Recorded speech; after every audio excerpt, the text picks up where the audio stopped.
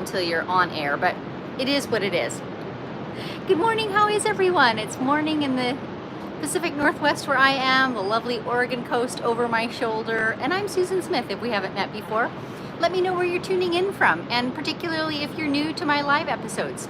And by the way, these are running live each and every day for 30 days until the 27th of October. I think this is day 5. I'm looking at my friends who are sitting off to my side watching.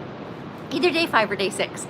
But every day I'm just coming on for a few minutes, 10 or 15, and talking about quilting related topics. So it might be thread choices, it might be whatever the thing is. But anyway, just related to quilting. So today I thought I would talk about thread. Maybe you saw that in the title, Thready or Not.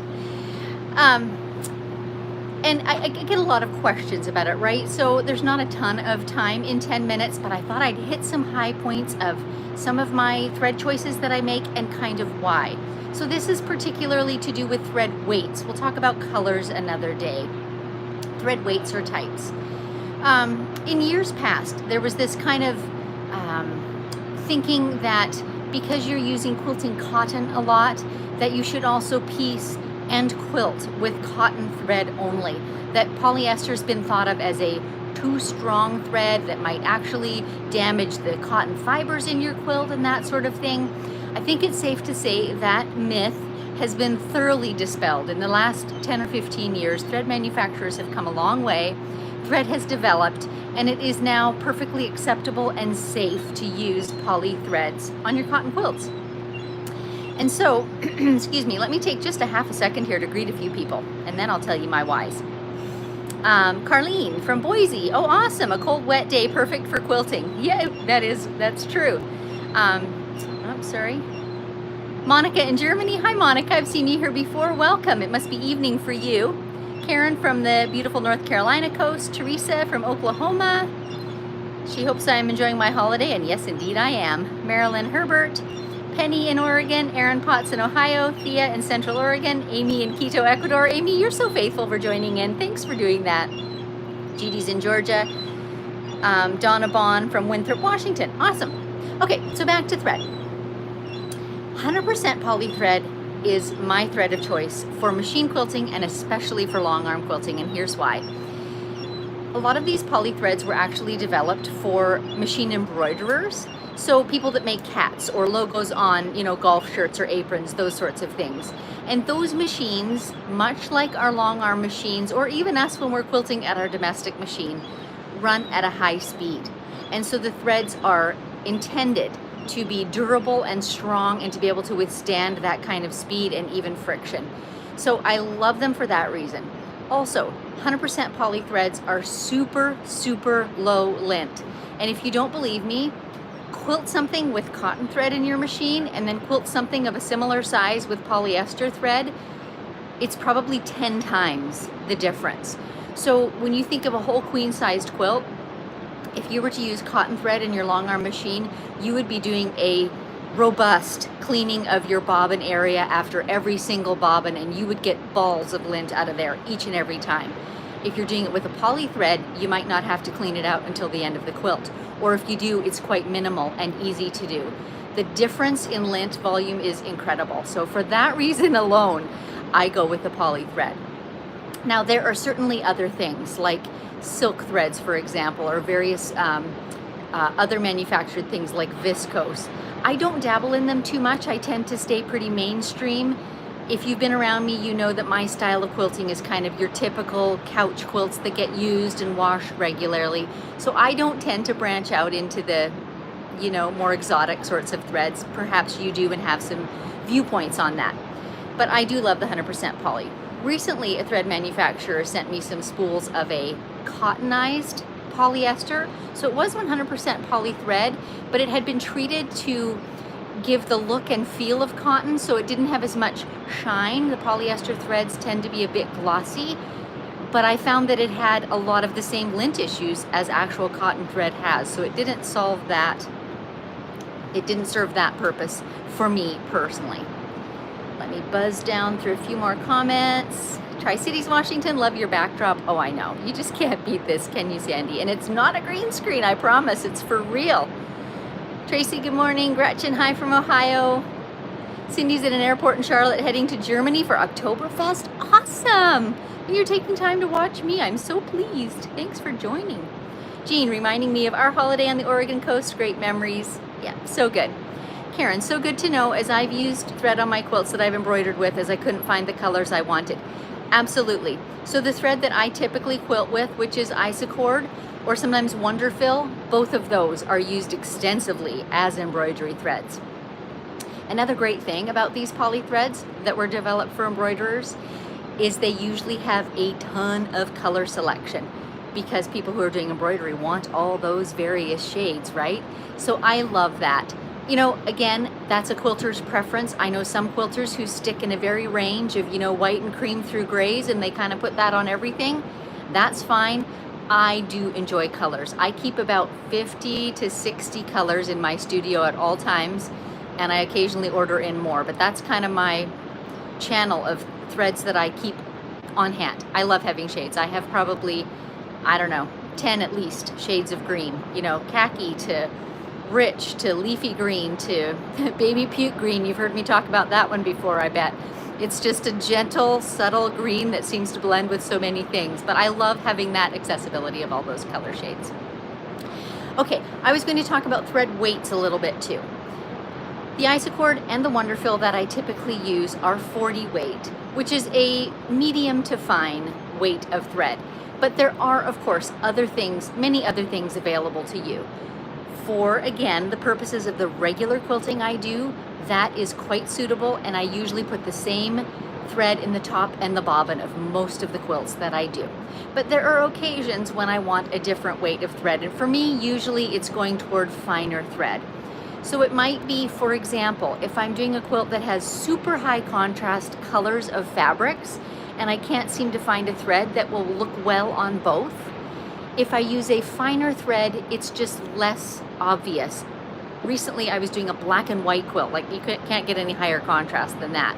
Are you going to use white thread, or are you going to use black thread? You can't really use gray thread in the middle. Like, it just looks sort of muddy then. It muddies up the crispness of your white and black quilt. So the answer for me was to go with a much finer thread, and I actually went to an 80 weight, which is a very fine thread. This quilt was not going to get hard use, right? It was kind of a decorative quilt, because 80 being so fine is not as strong. But for the purposes I was using it, the advantage of having it be much less visible was very desirable. And you can actually get 100 weight threads, and that you might want to use, for example, you're doing some custom quilting and you've got some feathers that have backtracking in them, or even you're quilting pebbles and there's lots of over stitching. And with even a medium weight thread, that can get very thready looking, very thick, very almost clumsy looking. And using a much finer thread will greatly reduce that, and you'll still get the texture and the shape and the light and shadow play, you know, on your quilted lines, but there will just be a lot less thread that catches your eye when you look at it. So that's a good opportunity to use finer weight threads. I have tried using 100 weight to quilt like edge to edge across a whole quilt. I don't recommend that. It is so fine, and you start going at any speed at all, and you just have thread break after thread break after thread break. And I feel like even if I can get through the thread breaks while I'm quilting, that's not going to be a very durable thread, right? So that's my personal opinion. But I reserve that for when I'm doing quilting that has over stitching, and so then it's got that reinforcement. So it really helps with thread buildup. Okay, let me see, backing up a little bit, because there are some questions. Tracy, I'm very new at long arm quilting, but I absolutely love variegated thread. Tracy, I love that you are convinced in your mind. I am not a variegated thread user. I tend to try and pick the one color that I think blends equally across all the fabrics, but some people do love variegated. And the one variegated that I do love that's available more and more is like shades of the same color. I've got one, for example, that's kind of golds and caramels and into creams and tans, and that certainly does add sparkle across a quilt. So you should absolutely experiment. You should absolutely find what you love. Robin is asking, any opinion on Glide? Glide is another great thread. It's another polyester embroidery type thread, and it's a great one. Absolutely no problems with that. I just tended to pick one brand and keep that in stock then I always order from the same company by and large. That's just my own personal preference, but Glide is a great thread. Karen, what do you use when you're piecing? Whatever's handy. In the past, I have typically used cotton to piece because I had a good source for mid-sized cones that were a really, really great price. I've heard from lots and lots of people that they do their piecing with their poly thread as well. I haven't, but that doesn't mean that you can't. But I do hear from a lot of people that if you're doing precision piecing, that a finer thread is a really good idea for that. Because there's a certain amount of, you know, when your seam allowance is folded back and you're pressed over it, there is a thickness from your thread, however tiny it is. And so the finer the thread, the less that thickness is and the more precise your fold. So I do know lots of people that piece with 50 and 60 weight and even 80 weight. So give it a try. I don't do tons and tons of piecing, so I'm not really a great expert on that. Okay, Cindy, the Munich Modern Quilters are having an exhibit on October 14 to 15. Oh, it's step-by-step quilting that's commenting. Maybe you have time to visit between sausage and beer sessions. I love that. Tracy Walton, have you ever used Madeira embroidery thread? It works best on my embroidery machine. That's good to know, Tracy. 100% transparency here. It was the Madeira cottonized poly that I was using that I didn't love on my long arm machine. So it sews beautifully in terms of I had no thread break issues or, you know, trouble with it not coming off the spool cleanly or anything like that. It sewed beautifully. I just didn't love all the lint. Now, they do have a huge selection of different threads, and I certainly have not tried them all, but I tried a couple of their recommended long arm quilting ones that come on the nice big cones, and I wasn't a great big fan. So that's just me personally. Okay, what else? Do we have any other questions? See, I can't even see my description now to remember which questions I put out there at the beginning. Julie, when quilting with minky on the back, I sometimes get tufts of minky poking through. What should I do? I don't think that has to do with your thread, Julie. I think that's more likely got to do with your needle. Make sure you have a fresh and sharp needle, and make sure it's a smaller one, and you'll need probably finer thread to go with that too. Both thread and needle manufacturers on their websites will always have charts. When you're using this size of thread, you should have this size of needle because you need the appropriate thread to needle ratio. And I know one other thing I was going to talk about was whether I use the same thread always in the top and bobbin. So typically I do. I use my isocord and I use the same or very similar color even. But I have fallen in love with Wonderfil's Deco Bob, which they developed for bobbins, although you can use it anywhere, but it's an 80 weight. It's very nice in the bobbins, and one of the great features of it is because it's finer, you get quite a few more yards on a bobbin, so less bobbin filling and changing, which is lovely. It doesn't come in a ton of different colors, so you know that's a bit of a limitation in my mind because you know me, I love doing different colors, but I do love the thread. So the short answer is you do not have to have the same thing top and bottom, but if you're having any tension issues, use the same top and bottom till you get it squared away, because you'll probably need to fine tune when you start messing with different types of thread in top and bottom or different weights. A question that comes up often is, what do you think of monofilament? For quilting, for bobbin, personal opinion, I don't like monofilament at all. That is usually a nylon thread, and it's plasticky and it has stretch to it, and I have never had consistent good success with that at high speeds. Never. I used to use it on my domestic machine a little bit more. I would get the smoke colored monofilament and it blended with everything. I don't find it useful at all at the long arm. I never do it.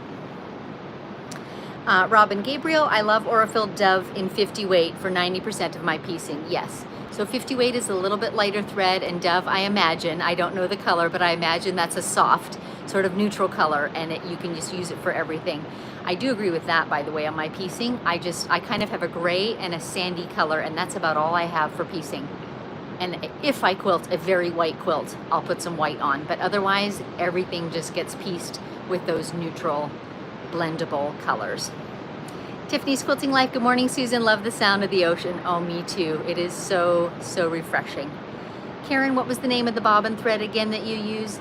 Deco Bob, and it's by Wonderfil. And it's an 80 weight. And you can buy it both in cones, and I believe they do pre-wound bobbins with it too. I've used the cones myself. Mindy, finally caught alive. My alerts come after it's over, LOL. Hi, Susan from Texas. Hi, Mindy. Nice to see you here. Well, you guys, we're right at the 15-minute mark. This has been fun. Again, let me know if you have some topics you want to chat about. You can email me, info@stitchedbysusan.com. You can find a certain amount of information about my favorite resources and tools. Also on my website, there's a resources page. Excuse me. And I was going to mention one other thing. If you're interested in seeing the type of quilting that I do, or maybe just expanding your horizons as to what's possible, I recommend you check out my Pinterest page. So it's also called Stitched by Susan. But within my big old Pinterest, folders, I do have a couple boards that might interest you. One is called Edge to Edge Quilting. I think it's freehand. Hang on a second. It's called Gallery. That's what it is. It's my gallery, Edge to Edge. And I also have a gallery for custom. And on both those boards, those are my quilting.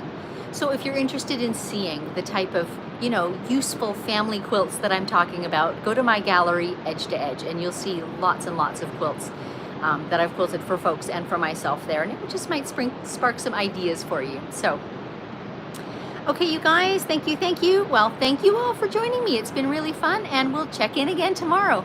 Cheers and have a great day.